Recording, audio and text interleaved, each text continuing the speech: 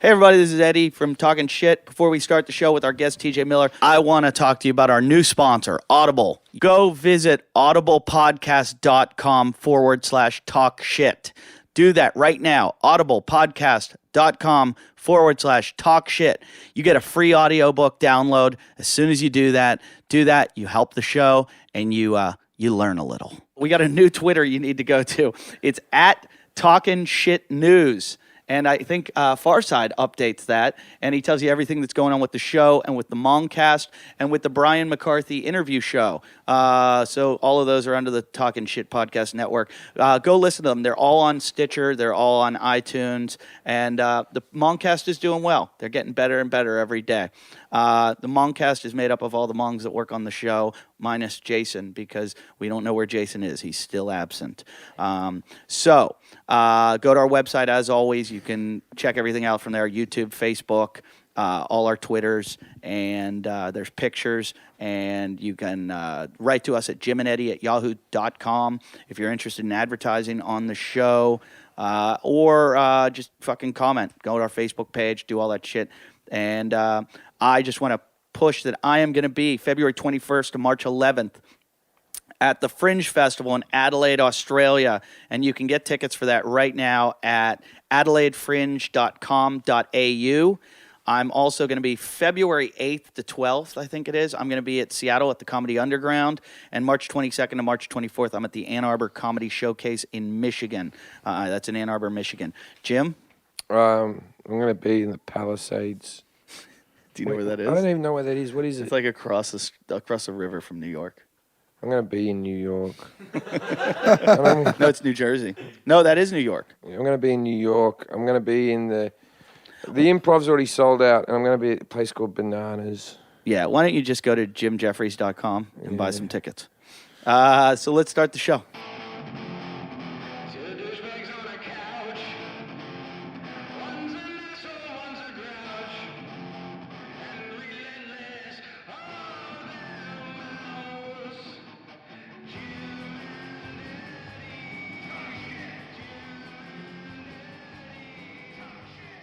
Hi everyone, hi, this is Jim Jeffries. Welcome to Jim and Eddie Talking Shit. We have TJ Miller with us. Hello, TJ. Hey guys. Thanks for coming, Thanks TJ. for having me on. TJ you will know from many movies such as Cloverfield and Yogi Bear.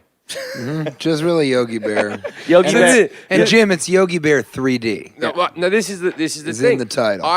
My niece and nephew in Australia, they bought a 3D TV, and the only DVD they got with it was Yogi Bear in 3D. Was the one that they threw in with the television. And so you're the most famous person I know that I can tell my niece and nephew about. I mean, that's what I was looking for when I started doing comedy. And they said, is he like your best friend? And I went, no. You can go ahead and say yes. You can say yes. I told them them that. along. What do they know? What are they going to keep asking? They're like, oh, really? How old is he? But then, like, where is he from? Then I'll have to pass the phone on to you, and you'll have to chat to him. And then I'd do that. Well, yeah, the way I didn't know when I was going to see you next. I can come to you. Okay, cool. I just keep making it impossible for you not to introduce me to your niece and nephew. The way I got to be friends I'm best friends with Jim. Who are you? Get off our porch. the way I got to be friends with Jim's niece and nephew was by throwing your name, dropping it, and it got me in with I them. do well once you with get nieces into the and nephews, circle, yeah. though, they're pretty good to you, those two. Yeah. Yeah? No, not really. I like talking to kids. You know what I mean? Why don't you tell Jim how you got the job on that show, on that movie? Well, Because you look like a cartoon character. I don't want to say I'm the best talking bear comedian in the I saw United your States, audition. But aren't you Ranger Smith or something? I don't know. I'm Ranger Jones, the Yeah. sidekick to Ranger Smith. Was he in the cartoons? Ranger Smith was. Ranger Jones was not. So you had nothing to research it off, like to get into character? That was the most difficult part of the role, because I had no source material. So I kind of had to forge my own path. And many people have done that. Thomas Edison, Charles Manson. A lot of people have had to make their own way in this world. But I auditioned for it because they told me about it before movies come out. in Hollywood, they're just talked about and they just sound ridiculous. I mean, imagine when people were like, so they're doing an Alvin and the Chipmunks, and everybody was like, that's the dumbest idea I've ever heard. 3 movies later, it's like $1 billion franchise. Well, So who would have not thought that Chipwrecked wouldn't have worked? Like, of course, it's gold. It's gold. Yeah. Is there a cartoon or animated movie that hasn't made money? Jetsons. They need to make a Jetsons, a live action No, Jetsons. is there one that's failed? I don't know anyone that's ever come up. I mean, there are occasionally, but it's pretty rare. Even Hop did great. Yeah, but the Flintstones, that movie, The Flintstones, is weird because you can tell the moment they lost their budget. Like the beginning, the dinosaurs start just the being beginning of the paintings. film. There's pterodactyls and things, and there's all these things. They got the excellent car, and then like the last half of the film is just in a quarry. Did you say they had an excellent car? No, they have the Flintstones car, like the car. But I like that. The car was excellent. I mean, the detail on it, everything. Yeah, I know they got Rosie O'Donnell to play Betty, which we all thought that would be a hotter casting than Rosie O'Donnell. No, that's I always a thought Betty shame. was the hot one. Yeah. Wasn't she? Betty was the hot? No, Wilma. Well, no, but they were both. Redhead. They were both hot. There was a brunette, and they were both hot. I like how we're talking about cartoons being hot. And let's get Jessica Rabbit out of the equation. I mean, Boo Boo looks pretty There's good. no way Rosie O'Donnell would be my thought when looking at that picture. No, certainly not. I don't even think Rosie O'Donnell looks in the mirror and sees he that. looks like Rachel. Yeah, but I did a. After they gave me a call back and they were considering casting Ooh. me. Oh, there's some fan. Oh, Some fan. Farside just pulled up on the computer a picture of Betty or Wilma and Roy. Whoa! Go back. There was this. Wilma's Go going back. There was down on- sexy Halloween outfits. Go to the sexy Halloween. I love a sexy Halloween outfit. Yeah. Oh yeah, that's sexy. It's some. I'd like to slut give dressed her up. a little bam bam. Farside, how did you just find sexy cartoon porn? He put Well, in do you- Flintstones women Do sexy. you know there was a case? Why did you have that bookmarked? Because these cartoons, there's a lot of them when you go to the web pages where it's just like The Simpsons fucking and all that type of stuff. Someone got into a lot of trouble because they found images of The Simpsons fucking, but Lisa and Bart were involved and it was considered child porn. The guy got arrested, which Really? I think that's uncalled for. You should be able to fuck cartoon children. Wow, I don't even want to That's talk where you about draw. it now. That's where you draw the line. That's where I say you it's should fair. be able because to- Bart's exactly the same age as me. It's just that he's not. He's like I agree. Gary fucking Coleman. I agree with you, Jim, and they should also be able to draw cartoons of Muhammad too. Yeah, I agree with that. I'm not How glad else that- are we going to find out what the guy looks like? No one knows what he looks like. They put no effort into Muhammad. Okay, so tell the story. So I did. So when I was about to get the part, I thought it would be funny. I forget who thought of it, but it was at some lunch with a bunch of like weird representatives, and somebody said, it would be funny if you did a tape with like a real bear, and I was like, all right, I'll do it. Give me a bear. And it was so funny to see So whatever it's just a agent. large gay guy showed up with a beard. Yeah. Well, see, that's what I was looking for. But then, so my agents actually had to find a bear, and the cheapest one, his name was Bam Bam. It's true. Mm-hmm. And then I went to the Hollywood Animal Ranch. Did you and really want to work filmed- with the cheapest one? Yeah, I know. Well, people are always like, was it scary? He was And it just a wasn't. rug by that stage. I know. It was just the head of a bear. Because I worked with cows once in a commercial, and they pulled up 2 cows, and we were going to get in this Winnebago with the cows, and the guy goes, "This one's never been on TV, Oh, God. but this one is a regular on TV, but it's not having a good day." And I'm sure the one that had never been on TV was just shaking in its hooves, So what happened? So I did the audition with the bear. It's on YouTube, and it ended up like the animal trainer was like, I think the only thing an animal trainer does is just make you feel bad about things that you say about the animal.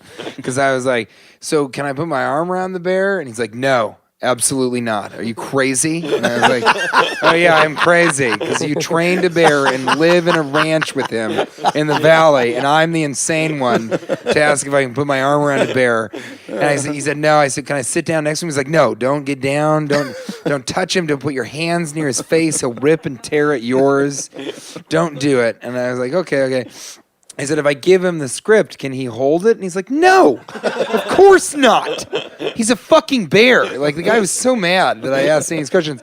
And then if you watch the actual video, I give him the paper, and the bear takes the paper in his paws, and then he eats the paper.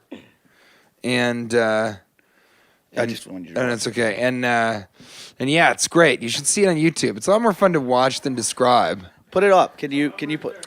But it's but yeah. So everyone says, "Oh, were you scared?" And I wasn't particularly. You weren't scared? Here we go. See, I've watched too many videos of people fucking getting mauled with animal handlers. I'll tell you a good one. Put in Kangaroo I've seen, beating up Marty the Monster. But watch this first. Watch his bear one of him with the bear. And so after I put that out, they offer me the job. Look who's on the side. And then everybody, Yeah, don't because worry it's a about better story. Oh, look, and on Film Drunk, Do you it not says know how to go to Dane Cook YouTube? bombed badly.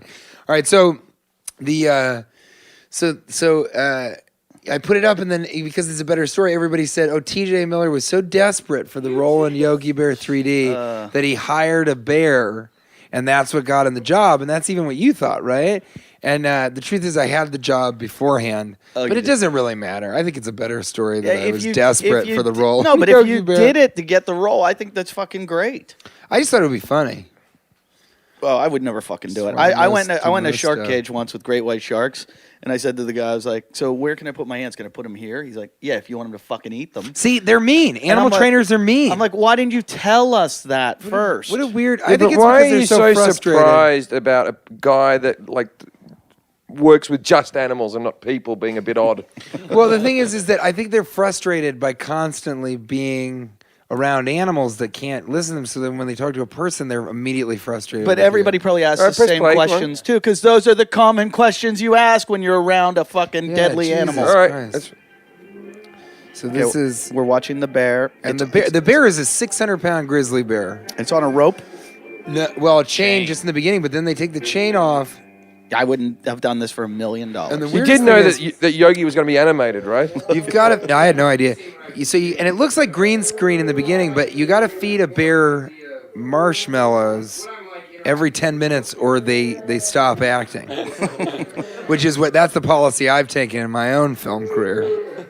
That's what you feed crocodiles too, or alligators, or Is whatever. that true? Yeah. Crocodiles or alligators. It does look like a green screen. But wait till you see this. Hey, Yogi, what are you doing? And the bear kind of talks. It's amazing. It kind of worked perfectly. We only really did one take. You've been told not to do that. Where's Boo Boo? Hey there, boo boo. See, This is much more nerve-wracking than I expected. see, there's a guy with marshmallows. Then and then look, this is amazing. So I give him the sides, and he takes it and he starts eating them. And I can't believe it. I mean, you can see on my face. I'm like, no way. You just shook. And he just keeps eating them. A bear disturbance, sir. Now I bought that hat myself, and it was $20. And then I went into the callback. This was before I did this. I went to the callback with the hat on, because I thought the whole thing was so ridiculous. So I went into the audition, and I said, hey, I bought my own hat. Wait, you just let the bear eat a marshmallow out Yeah, of your because here's mouth. the worst part. So the animal trainer is being mean to me the whole time, and then at the end, after he sees it's kind of fun and everything, he says to me, he goes, "Hey, come here." I go, "Okay." I walk over and he goes, "Hey, you want him to give you a kiss?" And I was like, yeah. And he said, "All right, put a marshmallow in your mouth, and then when he takes it, let go of the marshmallow." And I was like, "Okay, what happens I'm if I gonna don't?" He's fight like, him. "Just let go of the marshmallow." Well, now you're pulling on the paper. Oh, my God. There's a whole thing. But I went into the callback with the hat, and I said, "Hey, I don't know if you want me to wear the hat or not, and I know that me having a ranger hat probably gives me an advantage over the other people that didn't have a hat. But let me just say this before you decide if I can wear the hat or not in the audition. It was $19.99, and it's non-refundable. It's only exchanges, so I can really only exchange it for another hat." And so they say, "Yeah, okay, you can wear the hat." I tried to buy my brother. I was in Niagara Falls. My brother goes, "Get me one of those Mountie hats." So I go. I'm like, my girlfriend's like, "What?" They're I'm like, scout hats. They're I go. I scouts. got to get a Mountie hat. So I go into the store and I go, "Yeah, I want to get a Mountie hat." And the woman's like, "Okay, they're over there." And I go to pick up this Mountie hat. It's like $144 or something. I mean, and I go, "No, you're not getting a fucking Mountie hat." Now, You just Fa- buy Fa- one here for Far $20. side. Go onto YouTube and put Kangaroo. I think it's Marty the Monster. This is awesome. And this is something. This is what happened. I've never was seen this. This is an Australian TV show that I had growing up, which was just a guy. I think it was Marty the Monster or something the Monster, and it was a guy that was in a suit that used to do the links between the cartoons. And here they go. Okay, so wait, let me set it up too, because I'll tell you, I've watched it a million times. it's a big red. It's a 6-foot tall kangaroo. Yeah, and It's from 1987. this guy this might be a different one, Jim, than I've seen. I always thought it was inside a studio. This isn't the guy that fights the kangaroo. Is No. it? Oh, that's another one. This is from a morning show. This happened live on TV. There's in Australia. another one too. Yeah. Let's see it. Is he just hugging He's hugging the kangaroo. Very affectionate. He's hugging the kangaroo when there's like these fucking giant stuffed animals like Furbies. I mean, nothing is scarier than the stuffed animal behind him. No, hold on. He's gonna fight. I love the moment when the guy in the suit is like, "Oh, this is real. This is actually gonna happen. Help me!" But no one can hear him. Nobody cares. Nobody cares. They're all just laughing, and that's the problem. If you put yourself in a mascot suit, Look at this guy. here's the problem. If you put yourself in a mascot suit, you can't ask for help. I've done a TV show with Amanda Keller. Yeah, she was the woman in the background. Yeah. Was she really? Oh yeah, but it doesn't stop. It goes on and on. Like they come back from He's trying to they get come him back off from it. commercial and the thing. And now he's talking to the kangaroo. He's like, "Cut it out, seriously." Like the kangaroo's We gonna will be like, pay, "Okay." we'll post this on our Facebook because He everybody is always complains. They're like, straight "Oh, great guys, you guys fucking talk about shit and you watch it." We don't know Well, what the fuck's one of the going on." problems is that your listeners don't know how to use YouTube because it's so hard to write in the very title that Jim gave us. What Yeah, so I I like, didn't- I what never I like fought is the bear. the dude with the blonde doesn't. feathered hair. I think the it- dude with the blonde feathered hair laughs and taunts it. Leave it going. I think it gets even better at the end. Like It's unbelievable, and the guy, Oh, he's Yeah, doing that guy- play-by-play. no, he's a comedian. That guy. but the That's just the all guy with the blonde feathered, the guy with the blonde feathered kicked the hair guy is in the just nuts. laughing, But the guy with the beard, like going, "Oh, settle down," trying to reason with a kangaroo. But this is complete animal like abuse. Yeah. Well, sort of. The animal the animal's abusing the mascot. I remain. If you're in a mascot, I for Halloween one year in my high school, I wore a full bunny suit because I thought that'd be funny, like junior year of high school. And I went to a school that was primarily black and Hispanic, and I went in there, and for whatever reason, as soon as I got to school, these kids just started beating the shit out of me. They would run by. All the black kids would run by and like hit me in the bunny head because I had one of those big mascot suits. So they'd hit it and it'd spin around. I couldn't find it. And by the time I put it back around, I couldn't figure out who did it. And they kept doing it. It happened like 10 times throughout the day. I'd be walking to class and somebody would just run up behind me and hit me as hard as they could. So I went home during lunch and I got a crowbar that I had painted blue and I brought it back to high school. I hope that Eddie enjoys this. Jim is still on the fence. Jim's like, I'm I waiting don't to know. see what you're going to do with the crowbar. So I brought the crowbar because it was blue, and I just carried the crowbar for the rest of the day, and nobody hit me again. But a teacher, like towards the end of like 7th period, came up to me and goes, "Why do you have a crowbar?" and I was like, "Bunny with a crowbar," and he's like, "What?" Because I had the head on, and I was like, "Bunny with a crowbar," and he goes, "I can't hear you. Take off your head." And I took my head off, and he's like, "Why do you have a crowbar with you?" And I go, "Bunny with a crowbar. You never seen that show?" And the guy goes like this. Swear to God, he goes, "Oh yeah, no, I've seen that. Okay, that's good. It looks like the thing." He like tried to be cool, and then I hit him in the face with the fucking crowbar. I thought you were gonna say I went home at lunchtime. I took the bunny suit off. Yeah. You're like, no, I came back with a crowbar. No, I was like, "Fuck that." I was gonna fuck You some can't kids do up. that. If you And I go to love- school like that, you can't If go you home had, and take if you off had, the suit. Right. if you had That's beat weakness. some kids to Right. death with the crowbar, it would have been the greatest story I've ever. been the best, but I'd be in jail now. We'd be doing this. And I love how no teachers asked you why you're in a fucking bunny suit. They're Yeah, they just don't care. concerned. Oh, I missed the beginning. I thought everyone was in outfits. Well, I mean, it was Halloween, but I think at the high school, most people, you know, Can it you wasn't do that partic- in it wasn't American schools particularly on Halloween? gangster. Can you just dress up? Yeah, it's Halloween. That's one of the Like, things that but scares me what about do you Halloween. guys do School for day? Halloween? Yeah, Nothing, what do you but do? we wouldn't. We wear our uniforms. You don't have Well, Halloween. that's part of the You problem. don't have Halloween in Australia. We have it. You have dress up days. Our uniforms in Denver were bunny suits, so I was just wearing my I forget uniform. that you cunts don't wear uniforms. I think that would be really hard as a kid. Like if I grew up in a family that didn't have a lot of money in a rich neighborhood, so I had hand-me-downs. I didn't like my clothes enough to wear them to school. I appreciated wearing a uniform, so I just looked like every other schmuck. I went to a Catholic school where we wore uniforms and got raped. I raped a lot of Catholic school kids. Here comes the In bunny. a bunny suit. It makes me nervous on Halloween in New York when I used to live in New York City and people would dress up. And they dress up like Jason Voorhees or whatever from Friday the 13th. And then they carry a machete around the streets of New York. And no one cares because it's just, you're dressed up that People day. Next year, I'm going as Jason Voorhees, but I'm literally going to carry a machete, the guy that works on your show. Well, I find it funny when you go to a baseball game in this country and it's bat day and they give you a bat.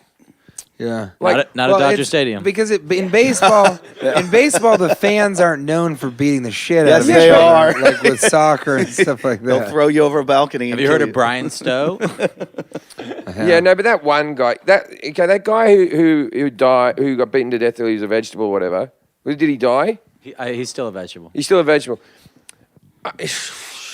Was he doing nothing? Like, I'm not saying he deserved to be beaten up. They have video of him like getting into it during the game with people and stuff. He definitely wasn't. Every time I see a completely photo of the innocent guy, bystander. I look at him and I think he was a bit of a lippy fucker. Him. I'm not condoning beating someone up to being a vegetable, but I'm Certainly, just but you are saying being lippy can lead to they that. painted a picture of the guy like he was just going around giving food to homeless people when all of a sudden, you know what I mean? My prediction, you're going to get an email or 2 or 3. Not from him. Yeah, here's what it's going to say. Jim Jeffries. Yeah. It's just going to be the word QWERTY as he falls over. And I'm going to get shit for the Penn State shit from the last episode. Look, I'm not condoning it. I'm saying the guys who did it were completely wrong, but the media portrayed it in a very odd way. I thought. I think he was motherfucking everyone.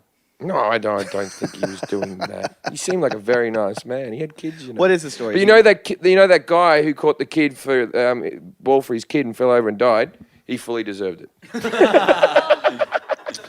I mean, his kid, his kid's going to end up romanticizing that for the rest of his life. That's one thing. Because if your father dies, like, in a drunk driving accident or something, and he was drunk, that's bad. He was trying to catch a ball from me. He reached out to catch the ball from me, and he fell to his Where death. did that happen?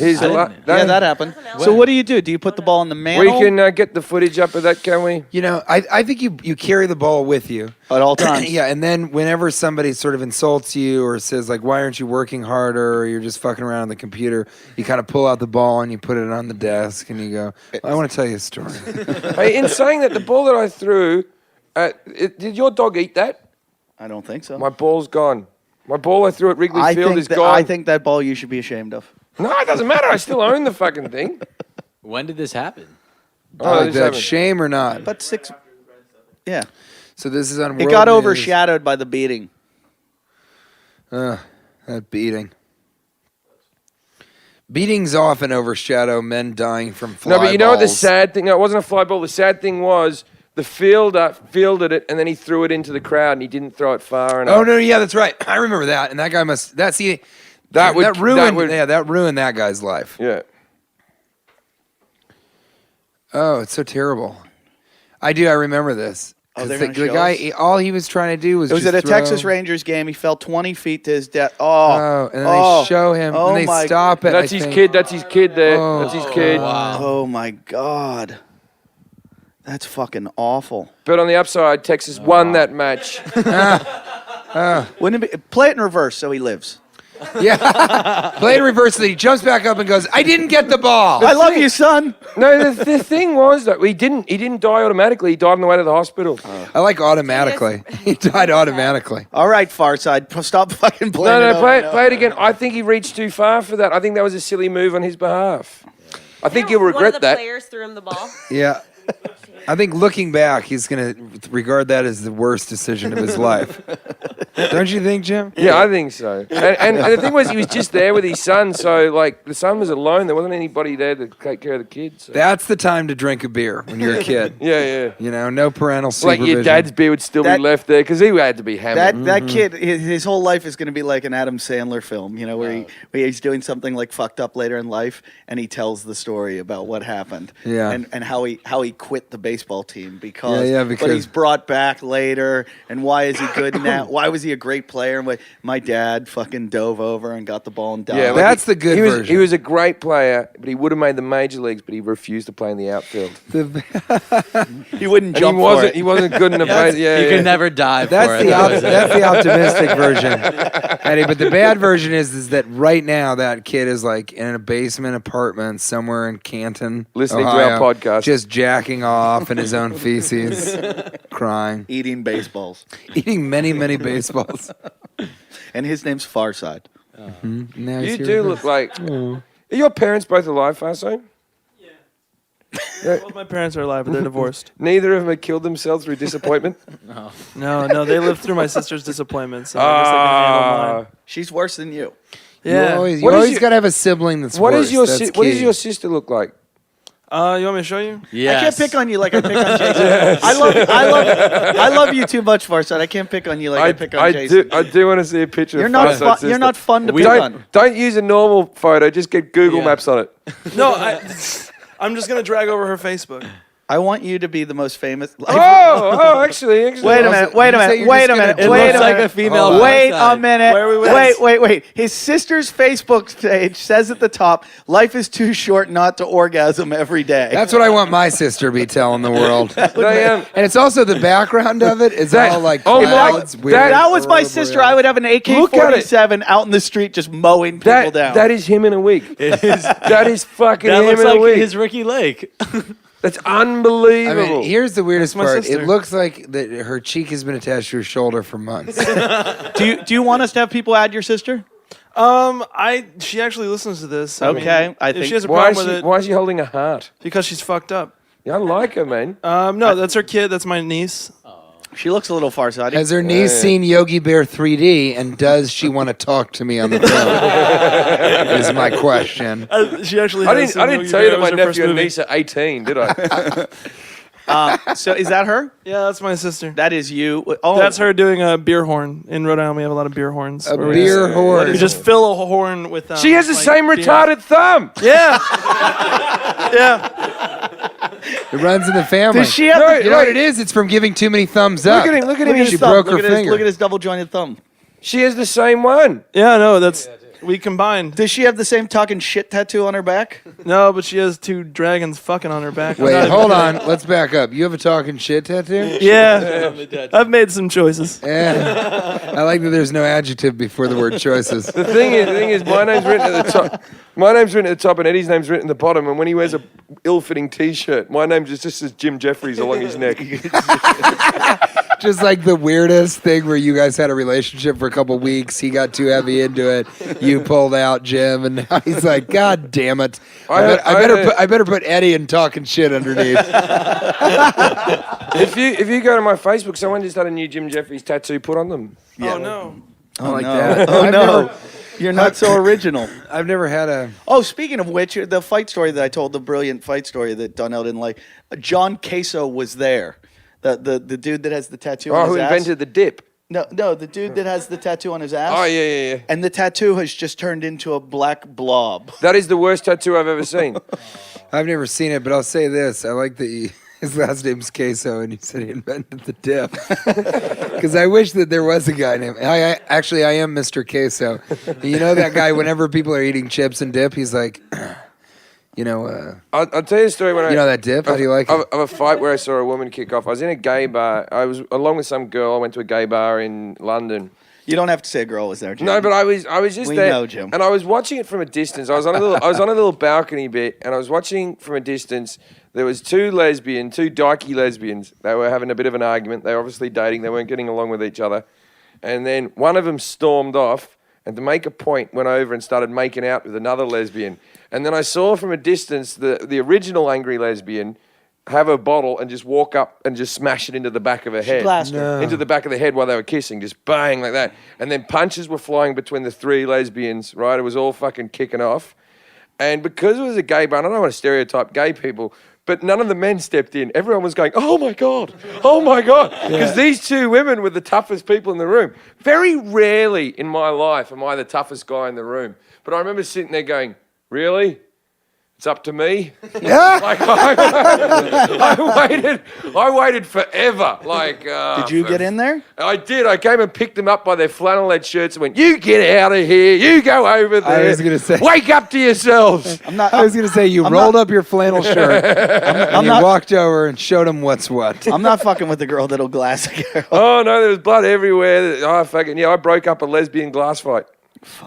I have to interrupt the show for a minute to tell you about our newest sponsor, Audible. I can't say enough about these guys. Audible is the best place to go if you want to download anything audio. If you want an audio book, I did it the other day, and I listened to a book called Republic Lost by Lawrence Lessig. If you want to know why our country's falling apart, that's a great book. Other books, they have everything. They've got like millions of different books on there. You just go in. The best part is you get a free one the first time you go on, but you got to go through our link, and then whenever you want to get books, this is where you go. Go to audiblepodcast.com/talk shit.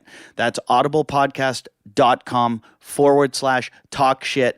There's an ad on our website at jimandeddietalkshit.com.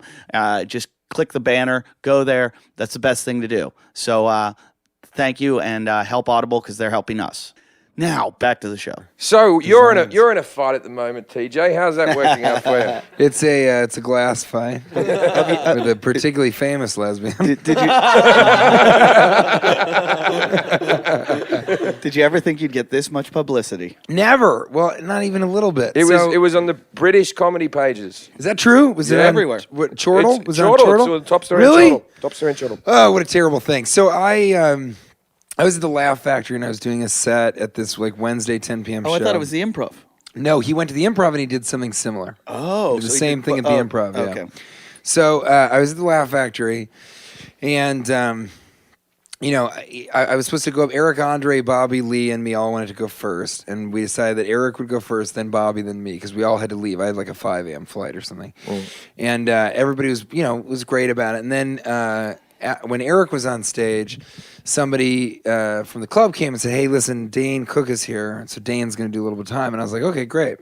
When's he going up? At the end, or And they're like, "No, he's going to go up right after Eric." I was like, "Okay, so he's bumping Bobby and I. Are we still going to go up?" And they're like, "Yeah, Bobby's leaving." And I was like, "Okay, so what does that mean? I go up after him?" I said, "Yeah." I go, "Okay." So then I sit and I'm with some friends that came there to see the show and to see me, and I'm kind of waiting. And I said, "How long do you think he's going to do?" And they said, about probably half an hour, maybe 45 minutes. I said, "Okay, that's fine. He's earned that. It's his home club." And so I'm sort of waiting, and he just proceeds to just kind of melt down on stage. I mean, I guess he hadn't done stand-up in a year or something like that. I mean, I guess he was at the Improv earlier. But he hasn't been performing much, has been what everybody's been talking about at the Laugh Factory. Right. And so he got up, and he was just, he was saying pretty, he was just kind of bombing. I mean, people were laughing, but he was just sort of bombing, and he was being just really, really, it was pretty hateful, kind of just really alienating material about wanting to kill his ex-girlfriend. And that's my stuff. That's what I do. Yeah, I know. He's stealing your shit. And I yelled at. I said, "I liked it better when it was Jim Jeffries." Dane. Yeah. So, he's saying about killing his ex-girlfriend and then putting a mask on the back of some stupid whore's face while he's fucking her from behind and spitting on her. And that's all fine. But he always did fairly clean-ish sort of material, not ultra he did, clean. But see, here's the thing. And so he went on later, and he went on Joe Rogan's podcast, and he sort of said, they decided that the reason that I was angry because I went off on him on Twitter, and the reason I was angry is because I got bumped, and also I was trying to censor his material. So they said that I was the comedy police. Comedy cop. Who said and this? I'd broken the code. Joe and Dane and Ari Shaffir and Burt Kreischer. They were saying that about you. Yeah, and so but here's the thing though, is that I don't give a shit what anybody says on stage. It doesn't matter to me. I think Jim Jeffries is one of the funniest comedians alive, and I think his material is grossly offensive. But so that didn't matter to me at all. What mattered to me was as he was sort of descending further and further into the set, he started attacking the audience. Some girl was on her phone, and he was like, "Put that away, you fucking bitch! Like, what the fuck are you doing? Put away your phone. Dane Cook is on the stage, and you're fucking on your phone. You know what I'm gonna do? I'm gonna come to your fucking funeral, and I'm gonna text while you're dead, and they're doing your eulogy."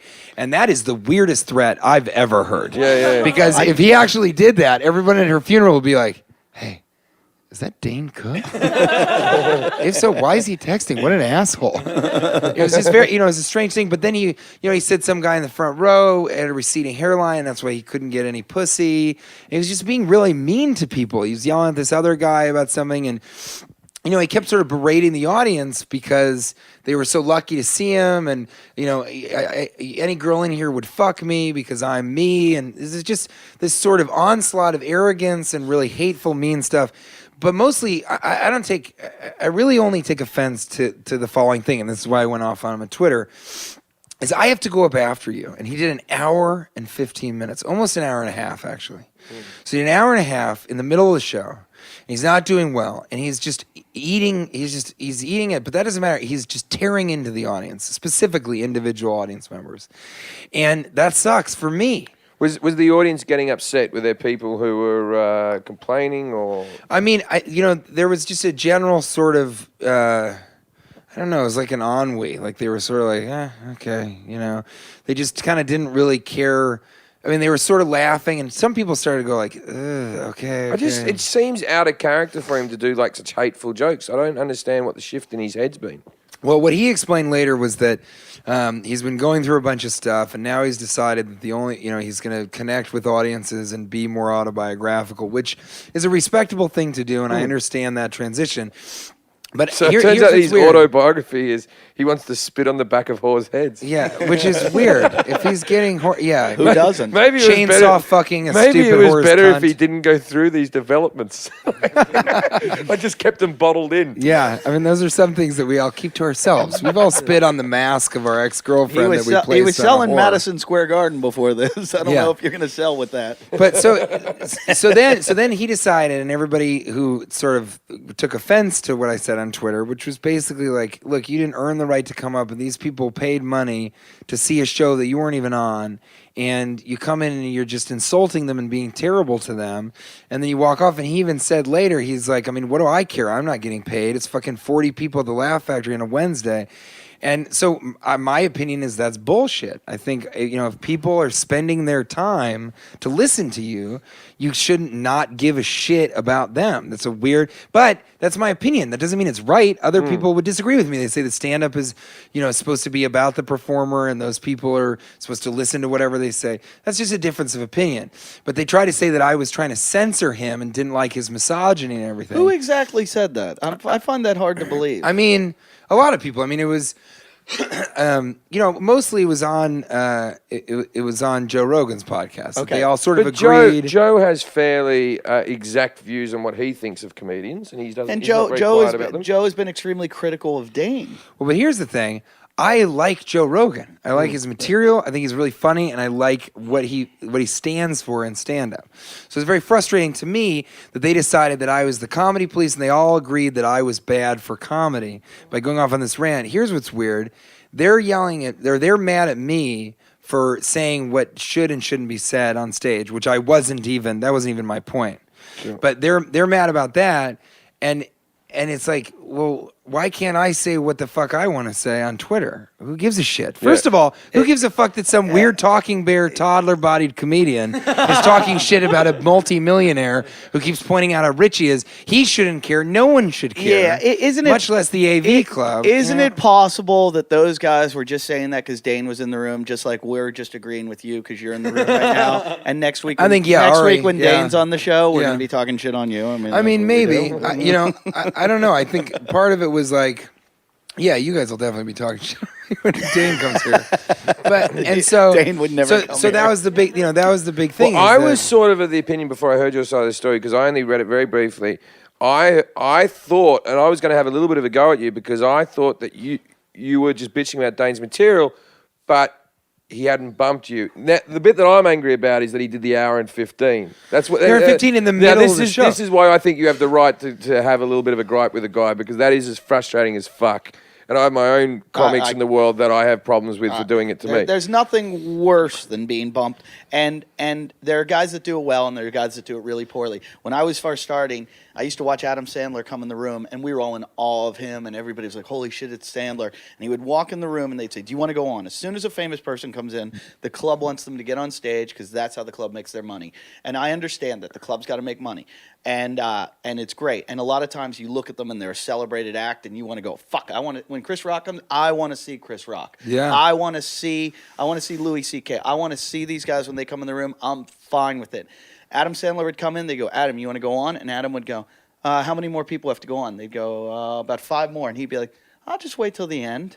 Because he knew these people are going to stay knowing I'm here. They're going to watch me. They're going to be so appreciative of me being here that they're going to sit and watch. So I don't understand the bumping process. Like, I don't. This is what I don't understand about the bumping process, and it seems to be more an American thing than it does. It doesn't happen in Britain as much. I don't understand why these people even want to get on stage. Like, you know what I mean? Like, I've got gigs coming at my fucking ass. On my days off, I don't want to get up in front of 40 people. I'd rather play to my crowd. And It's I understand if you're a movie guy and you're not getting much stage time. That's what it normally is. That in way. LA. That's what it But is. then there's other people who aren't movie guys who just like they finish the gig there and then they go over town to fucking whatever. But I've seen everyone from Seinfeld to Louis to David, everybody be very considerate and pretty much keep to their time and say, I'm going to do 20 minutes. And they do 20 minutes. Yeah, that's I've Seinfeld seen always says that because I've been bumped by Seinfeld. Yeah, and I've seen people like Damon Wayans has done it where he'll say, yeah, I'm going to go on for 20 and then stay on for an hour and a half. And I don't understand these comics who have this thrill about as well that like when Dane broke the record or something, did 3 hours. Yeah. Who gives a fuck? I've done 2 hours is the longest gig I've ever done. But most of the time, if you come and see me, it'll be an hour and a half if you come and see me in a theatre. I just think no one wants to see anyone for more than an hour and a half. I think that's exactly right. But It's also when you get up to do new material, it's so painful. oh, it's so painful. And it was I don't painful. wanna It be was up there painful. long. I think it was painful for him, and he was trying new material, and that's not what I fault him for. But I'll actually argue with you guys and say that I disagree. And I think that if you get to the level that Dane is at, or I think in many ways you guys are, a lot of the people that we've talked about, Chris Rock, David Spade, and I've been bumped by Dane before at the Laugh Factory. Sure. I didn't say anything about it. Does he own that place? He's got his fucking That's name some, on there all I day. guess that's some rumor. Rumor, yeah. But my thing is that He bumped me out of his parking spot there. He did. I think that if you get to that point, you've earned the right to go up whenever you want. It's his home club. That's the other thing. It is his home club. So I don't really care if somebody bumps me. And if you want to do an hour and 15 minutes, it's actually my fault. I should have said, look, he's in an hour. I'm not going to go up. They don't even see me. But the Laugh Factory was saying, Bobby left. Please stay. We'd like you to stay. You were on the bill. People are here to see you. They were here to see Bobby. He's not going to go You do feel up. like a shithead if you leave. Feel like a total I shithead. leave. I always leave now. Yeah, But you've earned the right to do that, and I don't think I have yet. But so- I leave when I know, if they say he's going to do 20 minutes, if I know he's the kind of guy that's going to do 20 minutes, I'm fine with that. Yeah. But if I know he's the kind of guy they say he's going to do 20 and I know him as an hour But I guy, didn't know go, that. I'm getting the fuck out of Yeah, here. but see, I didn't know that. And so after he bumps me and then he shits on the stage and shits on the audience and then he leaves, it's like, first of all, it's a Laugh Factory. So usually if it was any other comedian or any other club, I would have gone up and just ripped into that fucking comedian. That would have been my whole set. But it was the Laugh Factory, so I didn't do that. I just said a couple of things trying to build the people back up in the audience that he had torn apart. And then I did my set and it went well enough. And then on Twitter, I was so pissed. I went a little crazy and maybe I got too angry. But here's the thing. Who cares? Who gives a shit? Were you drinking? No, I wasn't. I Because wasn't drunk at all. everything that I've done bad on Twitter I've been drunk. I know. Well, usually I'm high and I'm like, this'll be perfect. Yeah. The public wants to know. But in this case, I was just pissed. I was like, he didn't. I was so mad. It was a combination of everything. He did an hour and 15 to an hour and a half minutes. He totally cut into all these people for no reason in the audience. He didn't have any light. He bombed, Did which he also is sing, fine. He like- never said to anybody in the room, hey, do you guys mind if I go up? I have bumped people because I go to certain rooms in Los Angeles and I can do drop-ins. I do that all the time. I do drop-ins at the Improv and at the Comedy Magic Club and stuff. And I always come to everybody in there and I go, hey, do you guys mind if I go up? I'm sorry to be dropping in. Yeah, it's- Because it only takes 2 seconds to do that. It's called manners and being polite. It's called both those Did he things. seem in a bad mood? I mean, I didn't talk to him. Like was his on demeanor stage? like was his demeanor like he was fucking fucked or something? Yeah, and on stage, it seemed like that he had gone through a difficult breakup, and he was really, really pissed.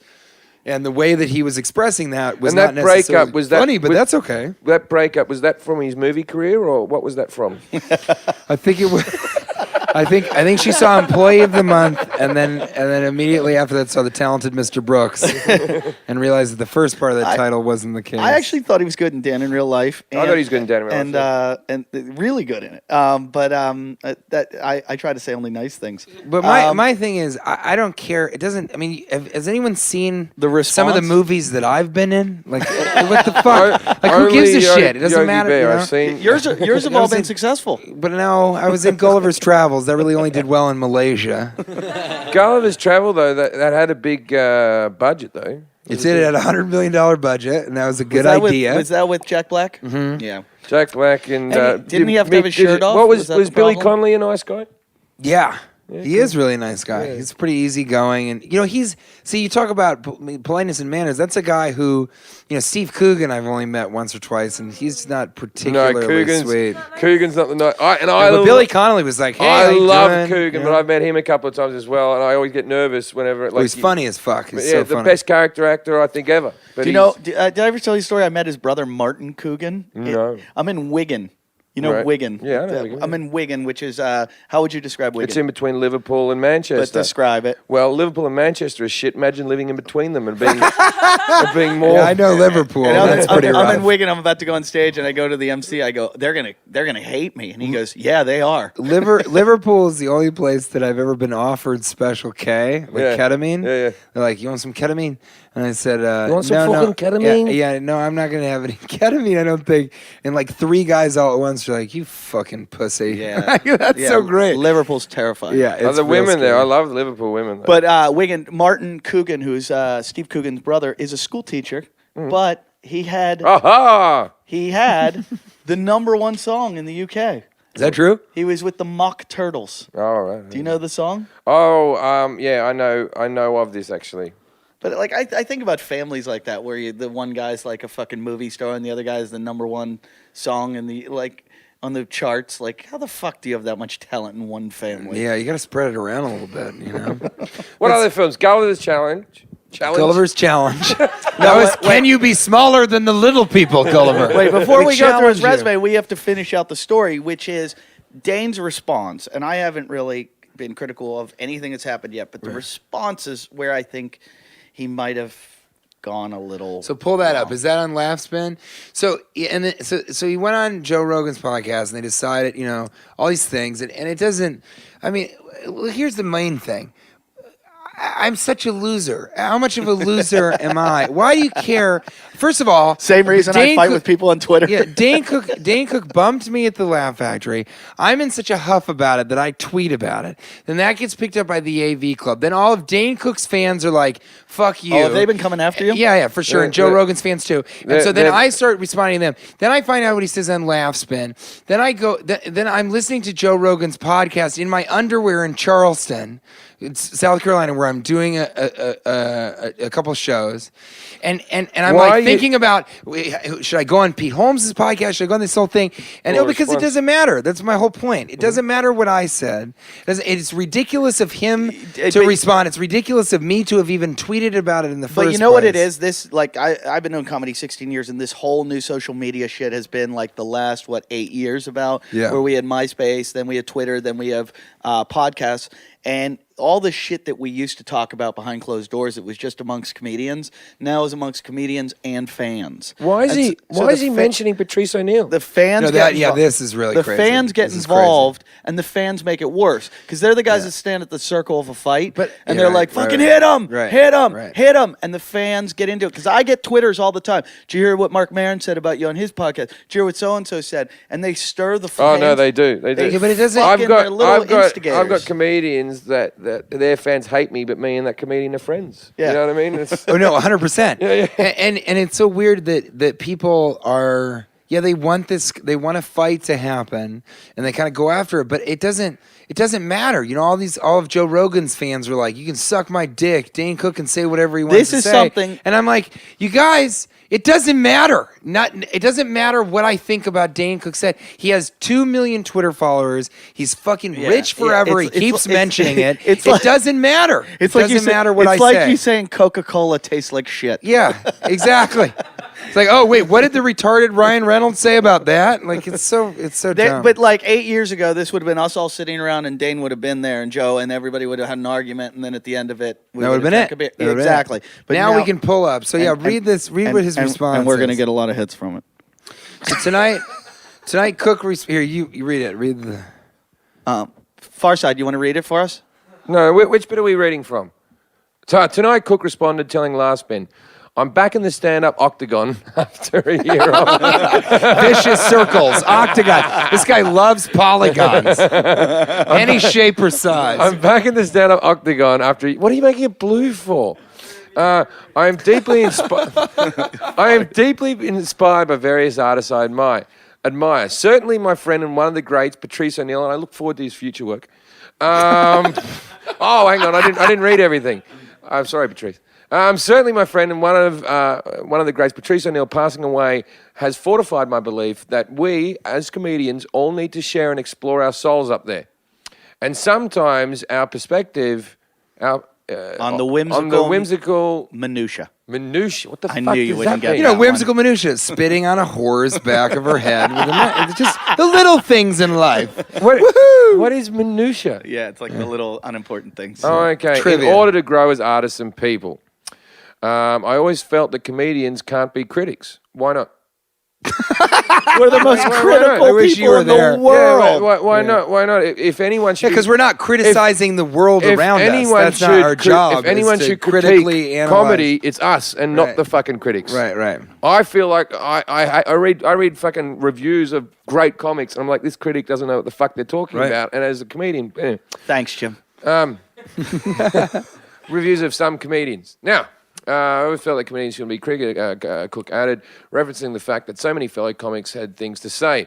They can all be critical on stage, but it's impossible to be both an artist and a critic. We're doing it right now. Every single person in this room is doing that right now. That said, I think T.J. Miller, the AV Club, what's the AV Club? The AV Club is Onion. the It's Onion. the Onion's entertainment section. The AV Club and I go on road trip this weekend. I know a terrific spa in Ojai. Ojai. Referencing Ojai Valley Inn and Spa.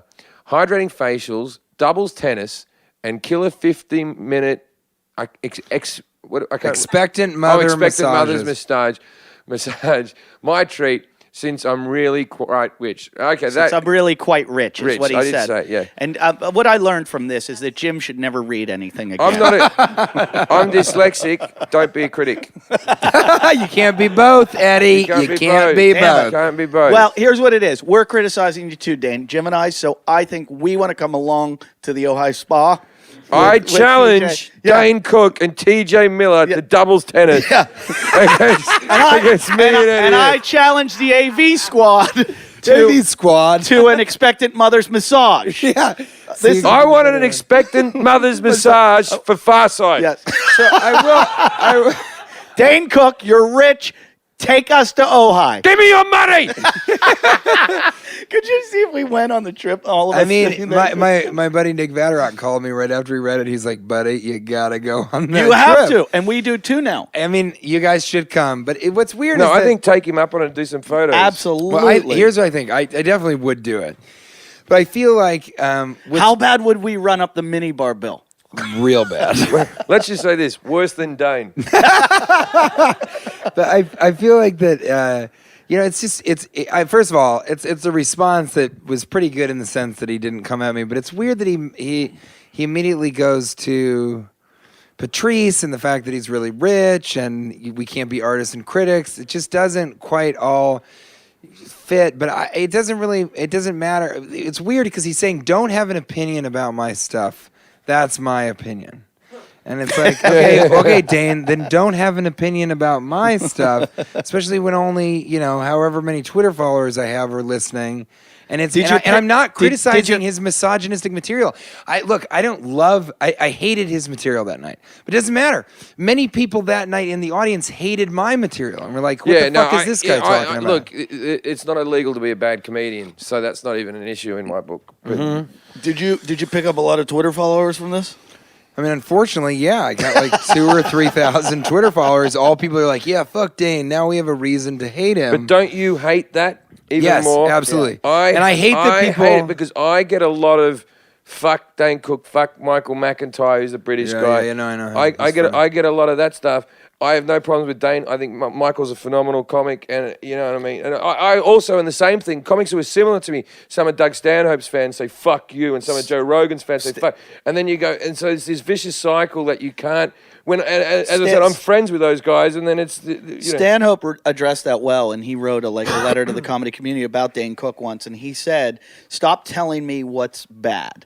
Tell me what's good. I'm sick of people going, this guy sucks and this guy sucks." But and here's my biggest thing is, regardless of what you think of Dane Cook, you have to respect his work ethic, because I'm real big on that. And so my opinion is, if he worked as hard as he did to get to where he was, then he deserves to be able to bum somebody at the Laugh Factory and do an hour and 15 minutes of whatever he wants. It's just I've gotten far enough, having been in Yogi Bear 3D and probably Yogi Bear 3D 2D. What about Yogi Bear 3D? I can't wait for that one. That's cute. That I can That's Twitter cute. about how I think, he was being a fucking asshole and just trashed the stage for the rest of the comedians that went up after him. So me and Alex Scott have to go up after him and deal with this thing. And he's like, I'm really quite rich. Well, Dane, take a quick look at my IMDb. I'm not hurting for money either. I drive a Nissan Juke. Okay? Fully loaded. It's got a moonroof. Not a sunroof, though. What is I can the only difference? open it at nighttime. I've got a moonroof. What is the difference between a moonroof and a sunroof? That's a very good question. That's not true. One opens up and the other one slides open. Yeah, my so you one can reach one through it. slides open. I think Yeah. they all slide open since, mine- since like mine- They slide 1989. until- Mine I made with a hacksaw, and it's just always open. Yeah, because I always try to look up at the moon and see if there's something going on. I had a friend do that, but a friend of mine cut the top off his Volvo because in California they have you don't have to pass inspection here. Every other state you have to pass inspection. He cut the fucking roof off his car and had a convertible. I mean, how fun is It that? sucked when it rained. I remember I had a Greek mate of mine whose dad decided to paint the car just with house paint. Just with a brush, just thinking it needed a new look. Just paint it out. What color was it? He just painted it white. When are Just we going? When whitewash. are we going to Ojai? I mean, TJ, ASAP. are you going to hopefully. talk to Joe about this? Do you speak with him? No, or what's the deal? I don't really know him that well. I'm kind of just a fan from afar. But I guess some Twitter follower, some fan of his who's also a fan of mine said that at the end he invited me to go on his show. And I think I would do that because I think he's a reasonable guy. And I would say, but I think I've said enough of my piece. And also, it doesn't matter as much as we've already even talked about it. And it's been all over the internet. Yeah. And it is, you know what, Jim, that's a good point. Like, I hate that people tweeted me and were like, thank God, man, Dane Cook fucking sucks. It's like, yes, he does, but that's not a reason to become a fan of mine. Yeah, exactly. Because I gave you some reason, because so much of the hate on Dane Cook is just this misplaced, I've decided that part of my identity is that I think Dane Cook sucks and this comedian's good and that. Well, so it's this such is a waste the thing. of time. I've gotten so sick of the comparisons between comics or me and other comics or who's shit and who's good, that in the last 2 years I haven't watched a single bit of stand-up anymore of other comics. And your act has suffered from it. Because I just don't want to be influenced by anyone, but it's more importantly, I just don't want to have an opinion on anyone past what they're like as a guy anymore. Well, but the other thing is in music, you can't just because you like one band does that? We were talking about this with genres. Like you can like Metallica and also like James Taylor. Right. If Dane Cook is pop comedy, and then somebody else is alt comedy and somebody else is blue collar comedy. Yeah, it's like I don't like Larry the Cable Guy, but I understand why he's present. I'd rather that there were genres of comedy than people thinking what they thought in the 80s. But have you ever seen a genre of that comedy that you've gone, this is fucking funny? like a guy in that kind of in that. Kind of Yeah, occasionally, no, yeah. totally. Yeah, so It's like, I don't like guitar acts, but I do like the Flight of the Conchords. You've got to see. There's an episode. It's the greatest show I've ever seen. If you like stand up comedy, you have to watch the Ricky Gervais show where it's Ricky, Jerry Seinfeld, Chris Rock, yeah, and yeah, Louis no, I've C.K. heard talking about about comedy. that, yeah. It's amazing. They all talk about this guitar act and how fucking funny it was. And he was playing. Sitting on a cock 'cause I'm gay, and they were saying it was one of the funniest things ever. And they're arguing if it's funny or it's sounds not like funny. And all I'm doing, I'm dying to find out who the comic was. Yeah, I know. They never talked about who the comic was, but I want to know who it was. But you can like all different kinds of shit, and like I watch Dane sometimes. I'm like, that's fucking funny. That's hilarious. That's really funny. No, man, I thought Harmful When Swallow was really funny, and when I You said first that started in the listening thing. to him, You I said thought he that was so hilarious. yeah. But and the other thing is, as a comic, because that was the other thing, Joe Rogan. A lot of people think they think I'm an actor because I was in Ice Age: A Mammoth Christmas. They think I'm an actor who then later tried to do stand up to try and make extra money. It's not true. I started as a comic and an improviser, and then I started doing film and television stuff, and I'm very fortunate to be doing all of them. But as a comic, I know how hard it is to be a stand-up comic. And so I do, unless you're an asshole, you have to have a baseline respect for any human being who's continued doing comedy for more than a couple of years, because it's a really, really difficult profession. So it's not, I don't care if he bumps me, I don't care what he says on stage, and I respect his work ethic and what he's done.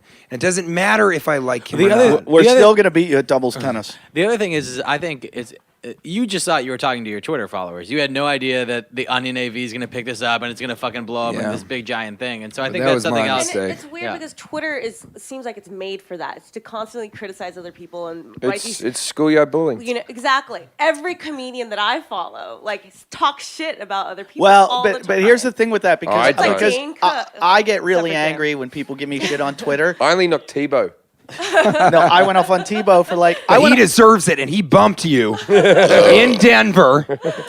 I went the off name on of God. Tebow because I was so angry about him beating the Steelers, and I fucking went off on him for like a day straight. I couldn't stop. And some dude was like, "Hey, I really like your comedy, but fucking lay off Tebow. What the fuck?" And I realized I'm being that asshole. I'm being that guy criticizing. Not you, Eddie. But I was having fun.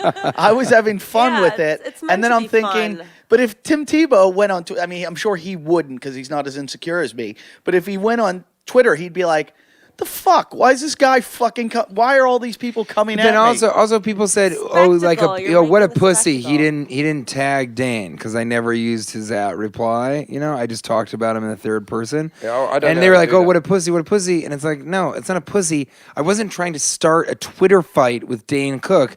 I was just venting about how he shit on this audience before I got to go up, and that's a pain in my ass. Yeah, but It there sucks. is this weird thing in comedy, and people that aren't comedians don't know this, but like you're kind of told when you do comedy, there's it's like a tacit agreement that you don't talk shit on when you go on stage. It's easy to go up. You could go up. Every one of us could do it and be like, how about that last guy? He fucking sucks. And when they bomb and just rip them apart, but you just don't do it. So we here's have like a certain amount of Here's my argument for that, Eddie. Is why are they mad at me for on Twitter? If you're censoring what comics can say, If you did it on stage, you essentially just said no comedian should be allowed to talk about. if other you did that on comedians stage, I'm we saying- wouldn't be talking about it right now. I'm saying- It's because you did it on Twitter.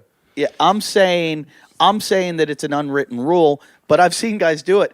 Ian Cognito, remember that guy? Yeah, he's fucking- still alive. He did it to me. It was one of the funniest things I've ever seen in my life. So it is, and fucking Dom Irrera does it all the time, but there's a funny way to do it. But there is this kind of like, you don't do that. But there's a difference between trashing somebody because their act sucked And and someone trashing them because they. misinterpreting what you Well, no, said. but also trashing somebody because they trashed the room and the audience. Sure. If before you had to he go on got down and stage. punched a girl, you'd be like, all right, that's fucking wrong. Yeah, that's crazy. And really what I was doing, and Twitter, this isn't an excuse Not that what I did wrong, on but- Twitter, but really what I did afterwards is like, I'm doing damage control. When I went on stage, I had to do a little bit of damage control because the crowd had been so damaged. But it was, look, it's fine. You know when can you go do to a that. gig that doesn't go well? That's what I call it. Like really a good, Jim. bad gigger. It's a gigger. I'm on stage. People ain't laughing. I'm over here. I'm over here talking about it now. So I'm spitting on this girl. I'm a chainsaw fucking here. Like You know this. like this. That's how I do it. Did he do that? I don't know how you people When he do did it. the chainsaw, did No, he he go, did. He didn't and do you go, any you of that pull it. stuff. He didn't do any of that stuff. But also, it doesn't like I don't know. He didn't do any of that stuff, and he is trying to. If he wants to try and make this transition, then more power to him. And I think it'll make for an interesting Documentary. change in what he's doing, right? And a great documentary. But that this you can be like Netflix it's gonna be instant. like your Tupac thing. But it's not going to be like my Tupac thing because I don't care, and he shouldn't either. It does. It does. Wait a minute. What did you do to Tupac? You killed Tupac. I didn't kill him, but I got a tattoo of him and Jim Jeffries on my back. Yeah. But you can only if I'm wearing don't if I'm mention wearing a turtleneck, then you can only see Tupac. Oh, no. Do you know the Apple Sisters? I do know them. Oh, we can talk about it now. Yeah, we can talk did about it. something wrong, and we've apologized for it. What did you guys do? We decided to attack them because we wanted to get What did ratings. you guys do? You did it more than I You did. nodded. For no reason, Jim picked them. I decided. I said, we're dropping in the ratings a little bit. I said, let's find another podcast to have a fight against. We've never met them, never seen them. I wish that I had the foresight to like have that be the reason for this Dane Cook thing, but it wasn't. Unfortunately. So we went through all the pictures, and then I just saw them. I went, well, that's our podcast, the Apple Sisters. Like, I knew nothing about them. We listened to them a bit. They weren't our cup of tea. Not saying they're not for others, right? And I had told our fans to go after them, and my God, did they ever. Like when my management rang up, and what it was. My manager's call. We had gotten so much. We had to apologize. We had to apologize, and I meant the apology because it was unnecessary nastiness. There was pictures of them just with their faces covered Part with of cum. part of That's an it was example. part of it was funny. That's an example, Jim, of you being an artist and a critic. Part of it was funny, but it went too far. It went- And when we sicked the audience on them. But see, that's the problem. It's like Joe Rogan's fans, when they came after And me. those guys can fight. Yeah, but I know that's look, the problem. I tell you They're all- what, man. They're all at home just boxing in front of the TV, watching MMA.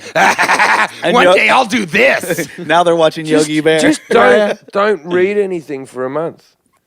Well, no. Here's the thing. The other thing is, I don't really care. I mean, I think it's funny because to me, if somebody's saying, "Oh, you should suck a dick," stop talking about Dane. It's like it's the same as when somebody says, "God, you were the worst part of Cloverfield. You ruined the movie." It's like, okay, well, what do you want me to do?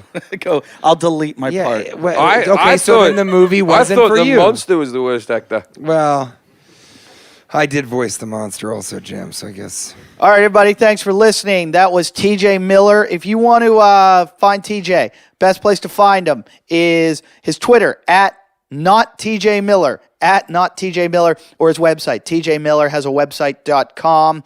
You can find Jim and I. All Jim's shows are sold out, so he doesn't need to plug them. But I am going to be in Seattle. I will be at the Comedy Underground from, February 8th to February 11th. That's 8th, 9th, 10th, 11th. 4 nights in Seattle at the Comedy Underground. You can get your tickets by going to something I don't know what the website is, but look, Seattle Comedy Underground. Also, I'll be in Australia. I'm coming back to Australia only to do the Adelaide Fringe Festival. Please don't email me or Twitter me or ask me when I'm coming to Perth or when I'm coming to Melbourne. I'm only doing Adelaide. I'm doing the Adelaide Fringe. You can get tickets at adelaidefringe.com.au. I'm there from the end of February till the beginning of March. I'm doing 20 nights, so buy your tickets now.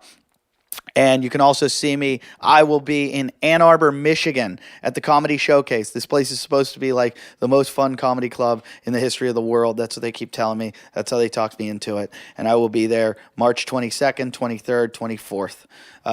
So thanks for listening.